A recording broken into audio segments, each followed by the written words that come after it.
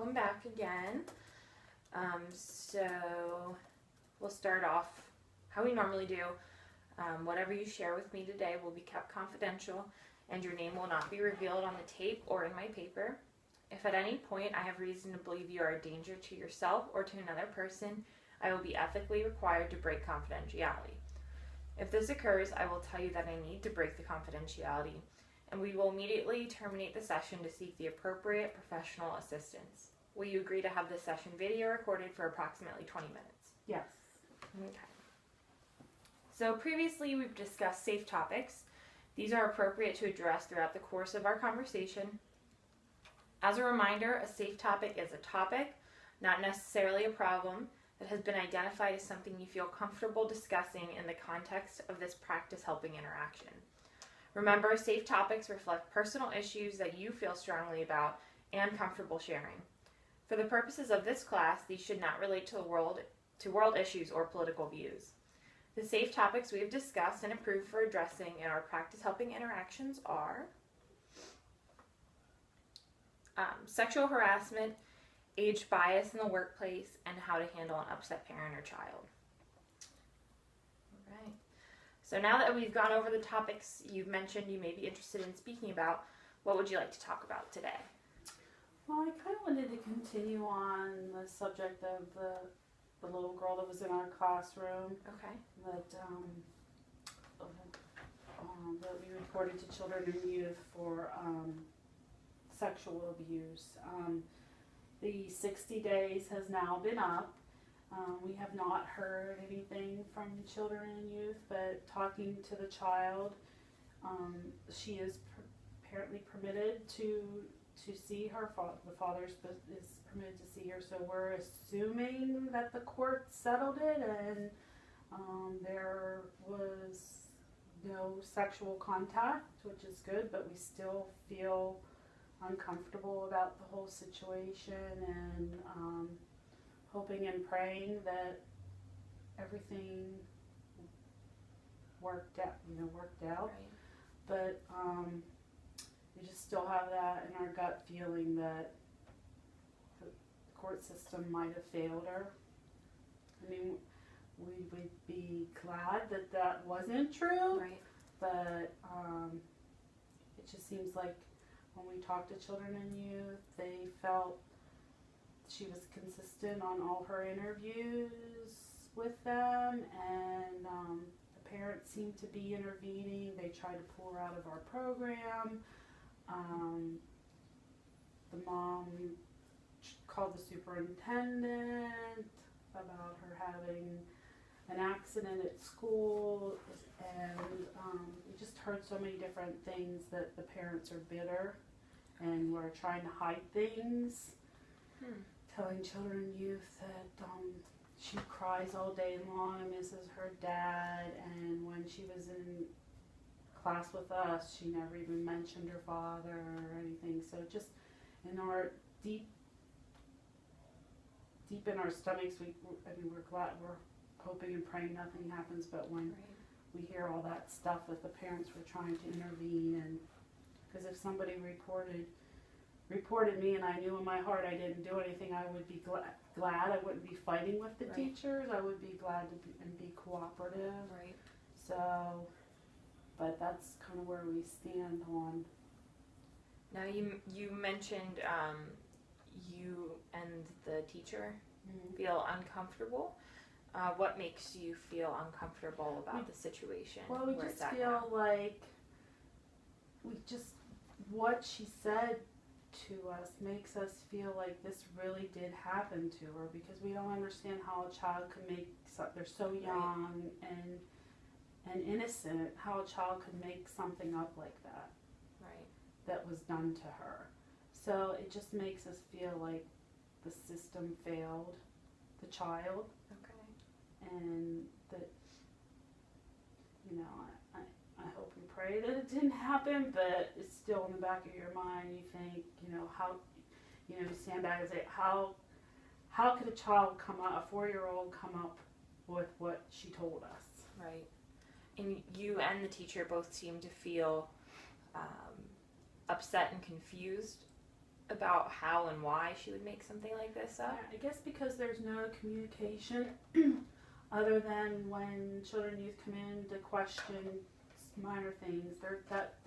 And I know it's all confidential, but like once we reported it and told them and they asked the few questions they've asked, they haven't included us. We feel like we should have been notified what the decision was, you know. It just seems like they gathered their evidence and presented it to the courts, and the courts, you know. And do you know for sure the whole process is over, or at this point are you guys kind of assuming? Well, we're process? assuming we were supposed to receive a phone call. They never called us. They're supposed to let the principal of the building know. They never called us. They were also, the other procedure is they send a letter, but somebody said that takes like 2 weeks after the decision has been made. Okay.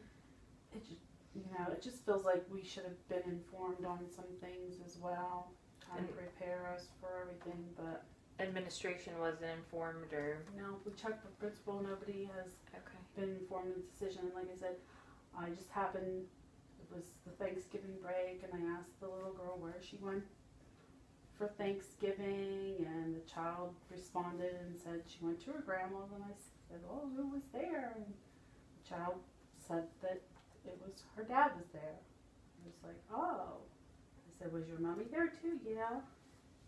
Well, maybe looking from a different viewpoint, do you think it's possible that she was making up that her dad was there, or do you think? No, she's very bright, and I really don't think the child would have made that up, because she had told us before that her child was staying with his father, which would be her grandfather. Okay.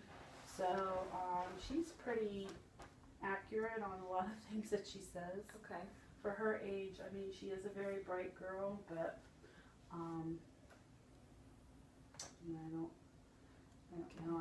I just hope that the right decision was made. Right. I just concerned that the court system failed us, you know, and then I feel bad that the parents are angry at us when we're just trying to do our job, and our first number one job is to protect children. Right. And every time we get another piece of evidence that the parent, you know, we're trying to pull her out of our program and all that kind of stuff, and I just throw my hands up in the air and say, I'm here to protect this child, and that's my main concern. And if she wants to be angry over something like that, then that's a good reason to be angry at me. I mean, we did the right thing. So. And what do you think you can do or continue doing if the parents keep coming back? Well, that's the other thing that we don't know. The parents don't, we had conferences. They don't show up for the conferences. There's no communication whatsoever. Okay. So, very disconnected. Yep. Okay. So moving forward, thinking into next few months, next couple years, what can you do if you are in this situation again? What steps, what do you think you could do differently? What would you do the same? We would definitely do the same thing, and we're prepared. If we hear the child say anything else, it's going to be the same thing again. We will continue to report it, and from what I understand, children and youth don't have the right to share anything of their investigation with us. So we know, our job is just to be a mandated reporter, and that's what we'll continue to do. Could you describe a little bit what a mandated reporter is and what they do? Mandated reporter is a teacher, any kind of situation that whatever they hear a child say, or hear something that's happening to them, and after you talk, if you have any suspicion that there is any kind of child abuse or anything suspicious, my job is to report it. Okay. Whether they're making it up, we don't know for sure if they're making it up, but our job is to report whatever you see. Whatever we hear Okay. the children saying. If one child comes in and says, my mommy hit me in the face because I was talking back to her and she beat me and there are marks, a child's going to be, report to children and youth. Okay. And that you go directly to children and Well, we go to our principal and then the principal or the nurse and then whoever's in the building at that time, either nurse or the principal, and then they call and report. Now, how do you feel, thinking back to when we first met, when this first all began, how do you feel you've progressed from our first time together compared to now? Feelings-wise, in regards to the situation?